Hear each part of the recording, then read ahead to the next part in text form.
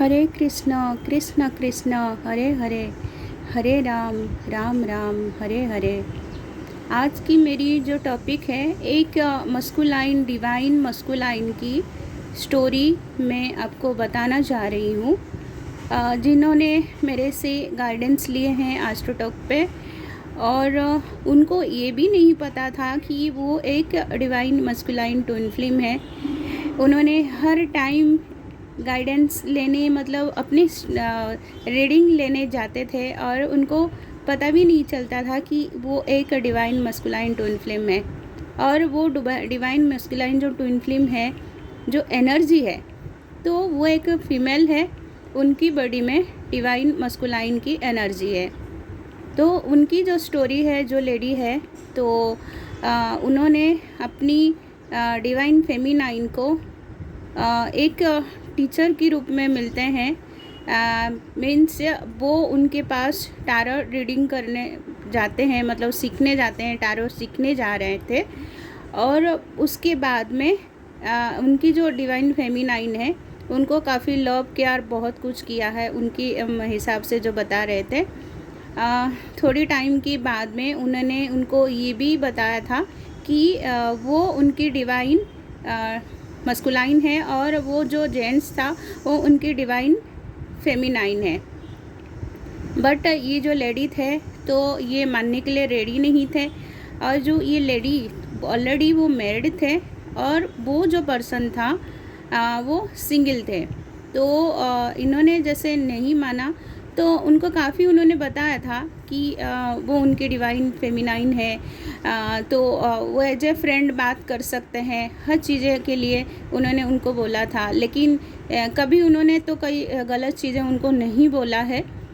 तो लास्ट में ऐसे होता है कि डिवाइन फेमिनाइन जो है उनको छोड़ के चले जाते हैं और हर तरफ से उनको वो ब्लॉक कर देते हैं। वो अपना एनर्जी भी ब्लॉक कर देते हैं, उनको सोशल मीडिया पे, व्हाट्सएप पे, हर जगह से ब्लॉक करते हैं। और वो जो जेंट्स थे जो डिवाइन फेमिनाइन है, तो इनकी जो हस्बैंड है उनके साथ में भी बातचीत हो रहा था, तो उन्होंने वहाँ पे उनको भी ब्लॉक कर देते हैं, उनके हस्बैंड को। उसके बाद में इनकी माइंड में जो है डिवाइन फेमिनाइन डिवाइन मस्कुलाइन की माइंड में चलते रहते हैं सेम थिंग। डिवाइन मस्कुलाइन का एवकनिंग स्टार्ट होता है और वो जो जेंट्स थे वो उनके माइंड में चलते रहते हैं और इनकी हार्ट में बहुत पेन होना शुरू होता है।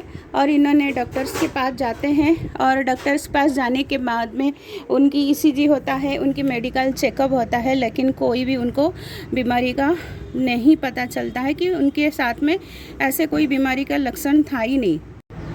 उनकी मेडिकल डायग्नोसिस में कोई भी ऐसे कोई अबनॉर्मलिटी नहीं पता चलता है। और वो उनका फाइनेंशियल भी इशू होता है। वो बता रहे थे कि वो जो फीमेल थी वो पहले आउट ऑफ कंट्री में रहते थे उसके हस्बैंड के साथ में, फिर वो इंडिया आ जाते हैं और इंडिया आने के बाद में ये जब ये टैरोट सीखने जाते हैं उनके साथ में उनका वहाँ पे डिवाइन मस्कुल फेमिनाइन के साथ में मीटिंग होता है। और काफ़ी टाइम उनकी जैसे फर्स्ट स्टेज में अच्छा ही रहता है, सारी चीज़ अच्छे ही हो रहा था, और सडनली उन्होंने फेमिनाइन जैसे बताते हैं कि वो उनकी डिवाइन मस्कुलाइन है, तो ये फिर अपने को वहाँ से अलग कर लेती है। और उसके बाद में वो उनको छोड़ के चले जाती है डिवाइन फेमिनाइन। फिर इसके ऊपर यूनिवर्स वर्क करते हैं। इनकी फाइनेंशियल सिचुएशन जो है ऐसे बैड हो जाता है, इनके पास में पैसे की इतने सारे प्रॉब्लम्स आते हैं, इनको हार्ट में प्रॉब्लम होता है, जैसे इनकी जो साइन सिम्टम दिखता है डिवाइन मस्कुलाइन के, ये सारे चीज़ें होता है। तो जब मैंने इनके सारे डिटेल्स, मैंने पूरी हिस्ट्री उनका सुना, उसके बाद में उनकी रीडिंग की, फिर उनको गाइडेंस दिया, तो पता चला कि उन्होंने भी तो उनको बोला था कि वो फेमिनाइन ने कि वो उनको एज ए फ्रेंड बात कर सकते हैं और वो जर्नी को आगे लेके जा सकते हैं। फिर इस बीच में ही वो बताते हैं कि डिवाइन फेमिनाइन की शादी हो जाता है और वो अपना टैरो रीडिंग जो करते थे वो छोड़ के अपना खुद के बिजनेस करते हैं और उनकी वाइफ के साथ में है, और इनको हर तरफ से ब्लॉक कर दिए थे। तो मैंने उनको यही समझाया था कि गलती तो आपका ही है, और आपको तो उन्होंने तो कभी बोला ही नहीं है कि आपके हस्बैंड को छोड़ दो, कि आप उनके साथ में ही रहो, इनसे शादी कर लो, या आपको तो कोई पैसे की कोई मतलब डिमांड तो नहीं किया है। अगर आप दूसरे किसी के साथ में आप नॉर्मली बात करते हो, वो आपकी खुद की सोल है, तो आप सोल पर्पज़ में उनके साथ में ही बात करके तो जर्नी को आगे लेके जा सकते थे। अब सिचुएशन ऐसे था कि डिवाइन फेमिनाइन ने उनसे हर तरफ से कटअप कर ली थी, और अब ये जो सिचुएशन इनको फेस कर रहे थे, तो इनके लिए काफ़ी जो है वो पेनफुल था। तो ऐसे हर मस्कुलाइन को मेरी गाइडेंस है कि आप इस जर्नी को समझो।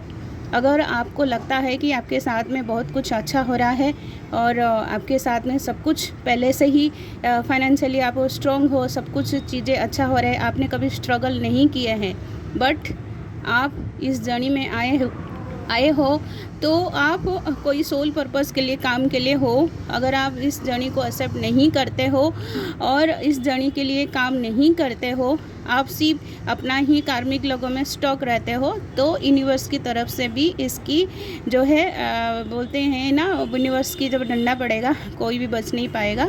तो ऐसे सिचुएशन होगा, तो आप खुद को है ना पहले से ही प्रिपेयर कर लो। आपको क्या करना है, इस जर्नी को छोड़ने के लिए अगर सोच रहे हो, फिर से आपको इस जर्नी में आना पड़ेगा, तब फेमिनाइन जो है उसको इतना स्ट्रगल करने नहीं पड़ेगी जितना मस्कुलाइन को स्ट्रगल करना पड़ेगा। अगर मस्कुलाइन के पास में पैसा नहीं होगा, सब कुछ उसको नहीं मिलेगा, तो वो क्या करेगा? जिसके साथ में, जिन लोगों के साथ में अटैचमेंट में, अगर यूनिवर्स ने वो अटैचमेंट भी हटा दिया, वो उनको मेटेरियलिस्टिक भी उनके साथ में से हटा दिया, तो डिवाइन मस्कुलाइन को यहाँ पे जर्नी में किसी भी हालत में यूनिवर्स उसको उतारेंगे और